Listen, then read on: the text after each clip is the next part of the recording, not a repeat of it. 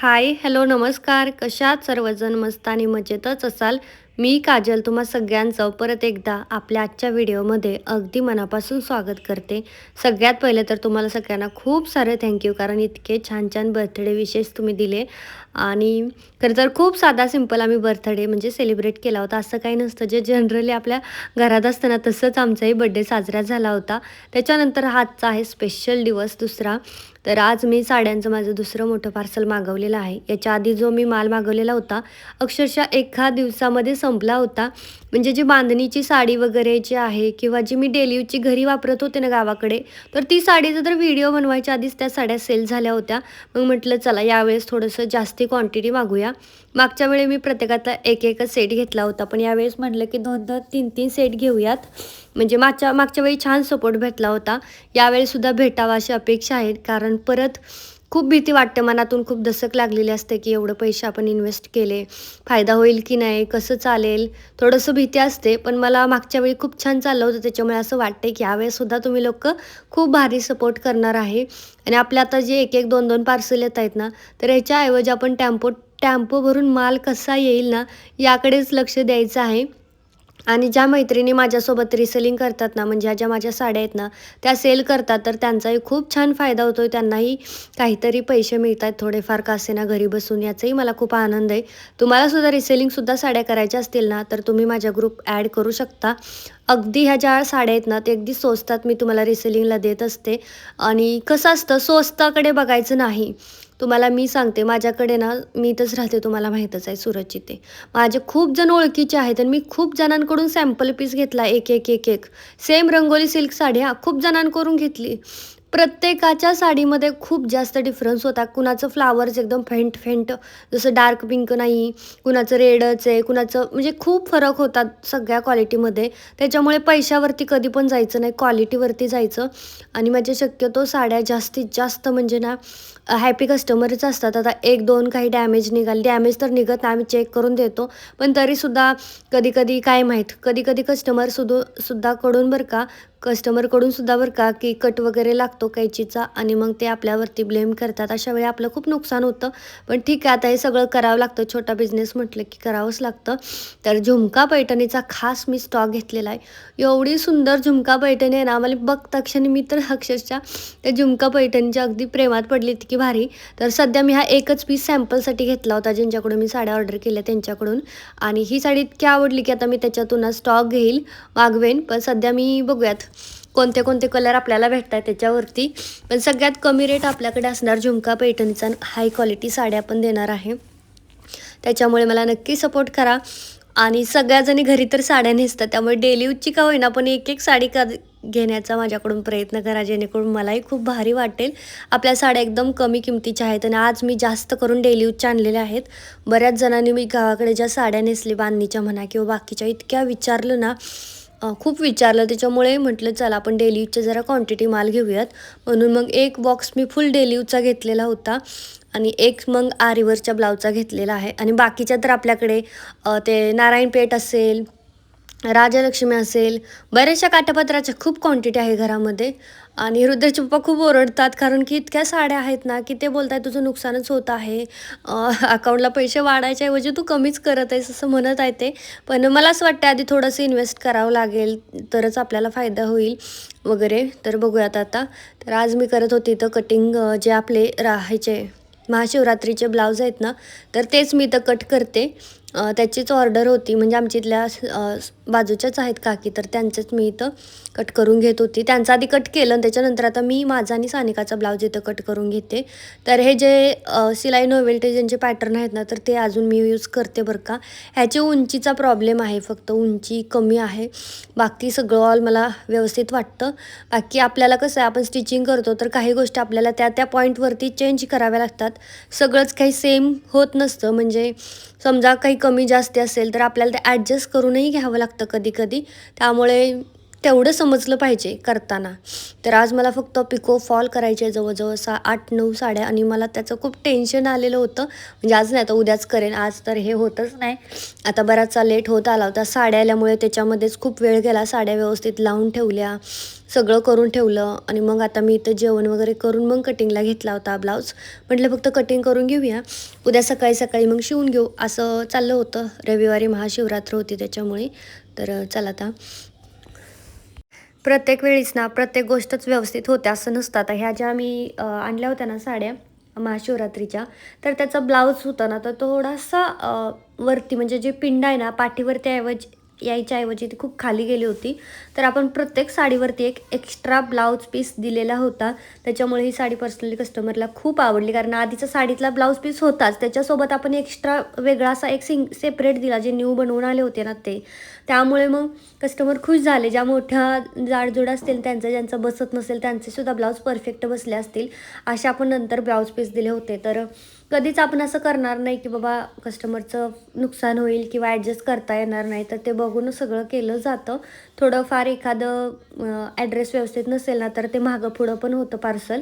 तर जे तीळ होते ना तर त्या तिळाच्या आज मी फायनली परत एकदा म्हणजे तिळाच्या वड्याच करून घेणार आहे, चिक्की टाईप तसं. कारण लाडू वळत बसायचं म्हणलं की उशीर होता, आधीच झोपायचा टाईम झाला होता.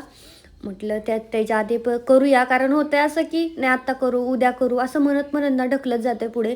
आणि ह्याच्यामध्येच गरमी यायला लागली आणि एकदा गरमी आली की तीळ जास्त खायचे नसतात, ते थंडीमध्येच चांगलं राहतं तिळाचं. आणि मी तर तुपाचं पण ते ब्लिंकेटवरूनच मागवलं होतं तूप. डीमार्टला सुद्धा जायचं बनत नाही कामातून, इतकं जास्त कामाचा लोड असतो ना. म्हणजे दिवसभर सारखं सुरूच असतं, कटिंग करा, स्टिचिंग करा, परत ते पार्सल पॅकिंग करा, परत ते फॅब्रिकचे करा. आणि याच्यामध्ये अशा माझ्या चुका होतात. मागच्या वेळी पण मी तिळाचे लाडू केले त्यावेळेस तूप टाकलं आणि तुपामध्ये तीळ टाकून भाजत होते, जेणेकरून तीळ व्यवस्थित भाजलेच नव्हते. आणि आजही माझ्याकडून तीच चूक इथं होत होती, पण सुधरवली. साईडला कढई घेतली, दुसऱ्या मध्ये म्हटलं तीळ मी भाजून घेते, कारण हे परत चूक झाली ना परत ते मागच्या वेळेसारखं व्हायचं. पण मागच्या वेळीची टेस्ट पण छान होती, पण चुकायचं नाही परत. तर एवढे तीळ बाकी होते बघा. तर हे सगळेच तीळ आता मी खरपूस एकदम मस्तपैकी भाजून घेणार आहे. आणि हा जो आजचा व्हिडिओ आहे ना तर तो मी iPhone 17 Proमधनं शूट केलेला होता. पण फर्स्ट टाईम आपल्याला काहीच कळत नाही त्याच्यातलं. पहिल्या दिवशी तर आम्ही फोटो काढत होतो ना, मला जमतही नव्हतं आणि आत्तासुद्धा मला काहीच जमत नाही.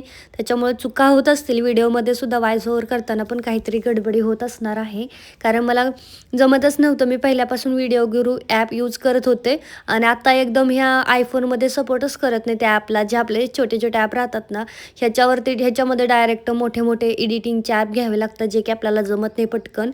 आणि जे सवय लागलेली असते ती सवय मोडून आता दुसरीकडेच जायचं म्हणजे ते होत नाही. आणि मलाही असंच होतं आहे.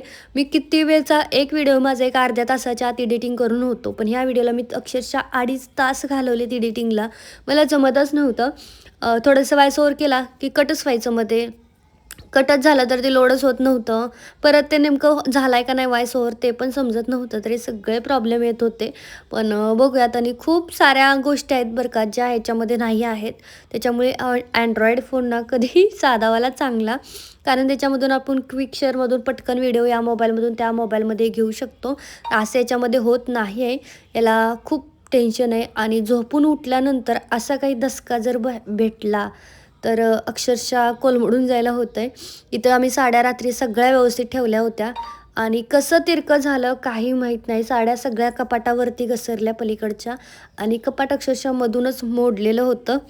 आणि असं होईल असं मला वाटलं नव्हतं. झोपून उठले मी, चहा ठेवायला किचनमध्ये गेले आणि तिथून मला हे दिसलं. मला असं काय झालं आहे म्हणून इकडे बघायला आले, तर हे असं झालं. आणि झोपल्या झोपल्या अगदी असं काहीतरी अशी काही सुरुवात झाली ना दिवसाची, तर आता माहीत नाही दिवस कसा जाईल. तरीसुद्धा आज दुपारी 1 वाजताचा लाईव्ह तुम्ही सोडू नका, कारण ह्या साड्यांचा लाईव्ह मी घेणार आहे 1 वाजता, जो तुम्हाला सर्व डिटेलमध्ये तिथं बाकीच्याही साड्या वगैरे किंवा प्राईस सगळं व्यवस्थित सांगेन. तर ठीक आहे चला, आता अशा गोष्टी होत राहणार आहेत. आणि सगळ्या साड्या इथं कोलमडून गेल्या. साड्या तर ठीक आहे नीट होतील, पण माझ्या कपाटाचा हाल बघून ना मला कसं तरी होत होतं. ह्या कपाटामध्ये फुल माझ्या फ्रॉक गुड्या ह्या सगळ्या काही साड्या अशा मी ठेवल्या होत्या आणि माझा 2.5-3 वर्षापासूनचं सोबत आहे हे कपाट. आणि आता असं झाल्यानंतर इतकं वाईट वाटत होतं की केव्हापासून यांनी माझ्यासोबत राहिलं, साथ दिली. आणि याच्या पायपा वगैरे स्टीलच्या आहे, त्याच्यामुळे पटकन मोडायचा विषय नव्हता. पण खूप जास्त जर ओझं एखाद्या गोष्टीवर आलं तर ते कोलमडणार, त्यात काय विषयच नाही. आणि तसंच इथे झालेलं होतं. पण आता मला समजत नव्हतं मी नेमकं आता कुठून सुरुवात करू आणि कुठून एंड करू, कारण सगळ्या कपाटाची वाट लागलेली होती. एका जाऊ द्या आता जे जे नको असतं ना तेच गोष्टी घडत राहतात. तर माझ्या शिलाई मशीनविषयी खूप जणांचे खूप सारे प्रश्न आहेत. तर मी ना एक मोठा डिटेल व्हिडिओ उद्या किंवा परवा ना टाकेल, अपलोड करेन. किती रुपयाची आहे, कशी चालवायची, त्याचा डेमो किंवा बाकीच्या मशिनरी त्याच्याविषयी पण सांगेल, सविस्तर सांगेल. आता मला हे सगळं निस्तारायचं आहे, जे कपाट मोडलेलं आहे ते, किंवा या साड्या म्हणा, तर हे सगळं आता मला नीटनेटकं ठेवणं गरजेचं होतं. कशी का असेना पण सुरुवात केली. म्हटलं आधी पहिलं सगळं कपाट काढते आणि त्याच्यानंतर मी इथं जोडायचा प्रयत्न करते. बघू जोडून होतं आहे का. आणि 5 लेयरचं कपाट होतं, तर एक लेयर पूर्णपणे तुटली. म्हणजे जे पाईप आहे ना ते वाकड्या तिकड्या झाल्यात अक्षरशः, इतकं ते ओझं पडलं. आणि माहीतच नाही, पटकन माहीत झालं असतं पटकन काढल्या असत्या साड्या तर इतकंही झालं नसतं. पण आता रात्रभर झोपल्यापासून उठेपर्यंत त्याच्यावरती बोजा पडला साड्यांचा, त्याच्यामुळं त्याचं काय हाल झालेत बेकार. तर एक फ्लोअर याच्यातला माझा गेलेला आहे. आता माझे 3 का काहीच फ्लोअर राहिले. 4 म्हणजे वरचा धरून टोटली 5 होते. तर त्यातला एक एक गेला म्हणजे 2 गेले. एक मध्ये ठेवायचं आणि एक त्याच्यावरचा असं. तर आता हे 3च म्हणजे टोटली 4च्या वरचा जर पार्ट धरला ना तर 4च फ्लोअरचं राहिलं हे कपाट. पण कपाटाची क्वालिटी खूप जास्त छान होती. पण आता इतका बोजा पडल्यानंतर त्याने तर बिचाऱ्याने किती सहन करावं, तर असं झालं आहे. हे इन्स्टॉल करणं पण सोपं आहे आणि बऱ्यापैकी वजन याच्यामध्ये बसत होतं. हे बघा मी काढून टाकली ती मधली लेअर, तीच नेमकी तुटली होती. आणि आता सगळं कपाटनं व्यवस्थित जोडून घेतलं. माझ्या डोक्याएवढं उंच येत होतं. आता बघा त्याची उंची किती झाली, माझी कमरे एवढीच उंची झाली त्याची एक फ्लोअर निघल्यामुळं. पण ठीक आहे, तेवढं तरी वाचलं. ह्याच्यातच मला आनंद होता की बाबा तेवढं तरी राहिलं नीटनेटकं. आणि पलीकडे आहे ना बॉक्समध्ये तर ते लाकडाचं कपाट मी साड्यांसाठी घेतलं आहे. पण त्याचे खिळे ना खूप छोटे आहे, त्याच्यामुळे ते कोलमडायची शक्यता आहे, म्हणून ते रिटर्न मारते. पण ते रिटर्नच जात नाही. आता त्याचं मला अजून टेन्शन आहे की आता ते रिटर्न करण्यामागे मी लागलेले आहे. लई वेळा 5-6 वेळा ते लोकं येऊन गेले रिटर्न न्यायला. पण त्यांना ते म्हणे की जडच आहे, गाडीवर नेताच नाही येणार, असं सगळे त्यांनी हे देत आहेत. त्याच्यामुळं प्रत्येकजण येतोय की कॅन्सल करतोय. येताना ते टेम्पोमध्ये आलं होतं, पण आता जाताना मग त्यांनी टेम्पोवाल्यालाच पाठवायचं ना बाबा रिटर्न घेण्यासाठी, पण तसं नव्हतं झालं. तशी कपाटाचे जे फर्निचर आहे ना त्याचं क्वालिटी खूप भारी आहे.